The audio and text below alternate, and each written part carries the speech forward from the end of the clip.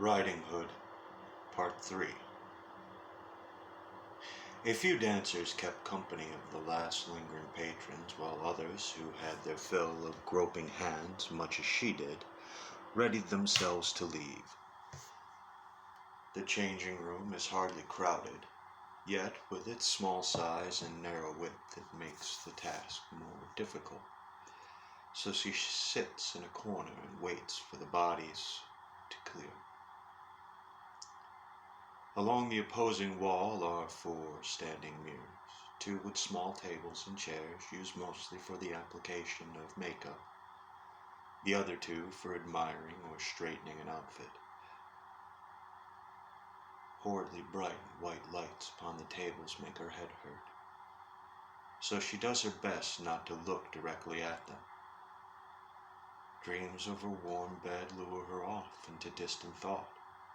By the time she had realized her blank stare set upon the wall, the others had departed, the place with no more music being entirely too quiet.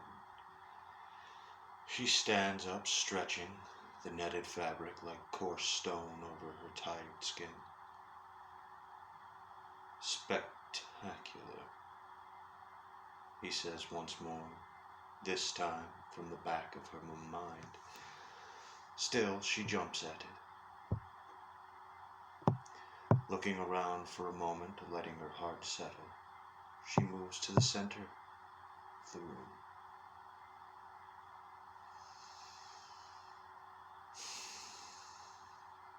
She now has it all to herself, as she strips off her clothes, stuffing what little cloth they were into a small gym bag. Her eyes come back up to the point of alignment, and she sees him. His eyes looking at her. They're silver, to the point of shimmering, beneath which hangs half moons that drizzle down his cheeks like tears. Not from his eyes, and certainly not tears, but from several splatters of color, rich upon the ghostly white. The color of life fading to rot, red so deep that it could almost said to be black, but clotting into brown with droplets that form at the end of the tears. He is smiling wide with menace. His shirt, also white, wore blotches of reddish pink and non-conforming patterns. This dress shirt tucked neatly into his black, loose slacks cuffed with pearl links. These cuffs themselves having nothing but a grim circlet of lustrous red, the same red that rolls from his fingers. One hand grasping a sleek bit of metal, less grasping as she stands in terror of the sight, but more caressing with care, with skill. How quickly he could open her with ease of motion, the scalpel-like implement will no doubt spill her life onto the dirty floor of the club. She, thinking quickly, clasps both hands over her mouth so she does not scream. He is gone. More that he never was there, as she still stands in front of a mirror. How could he have been there at all?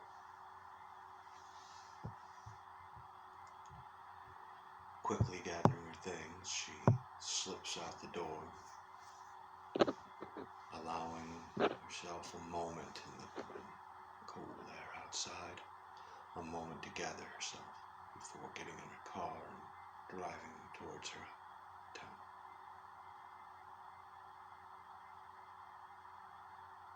Rain begins to fall as she parks the small Honda behind her grandmother's house, always careful to wait at a different location in town so that no one might follow her home before actually traveling home.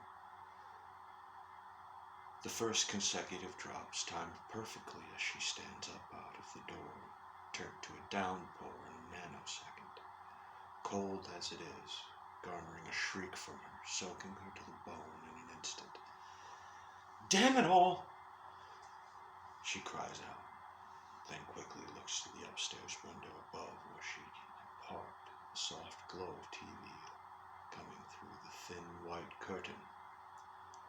She could feel it heavy again, his eyes, as she comes to stand at the doorstep in the failing light just above the frame, not giving her a means of peering through the cloak that covered the dark backlot, which coincided with the edge of a small open park. Questioning the reality of the meeting, this haunting in her head, missing most by her shivers, by her loins, even with the vision and the blood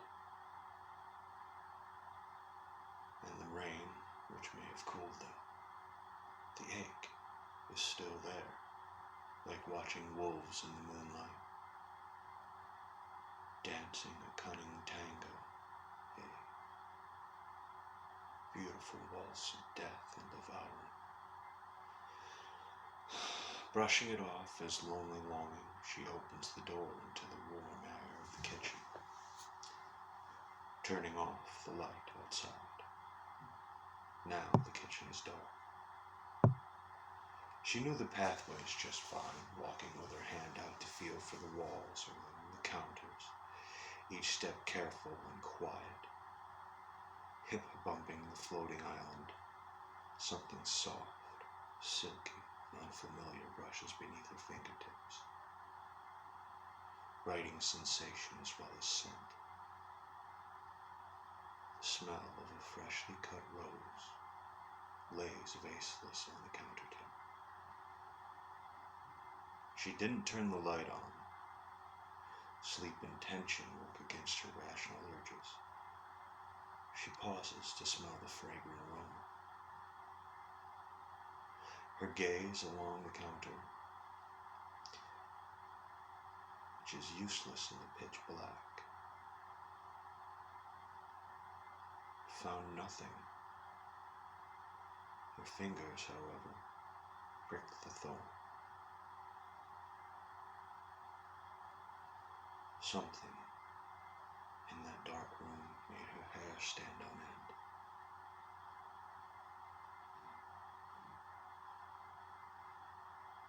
Quiet now, and nothing was there. Sheepish children's fears are often ignored, even when blaring warning signs. Now she felt the darkness around her. She felt the weariness return to her. This was enough to make her so drawn.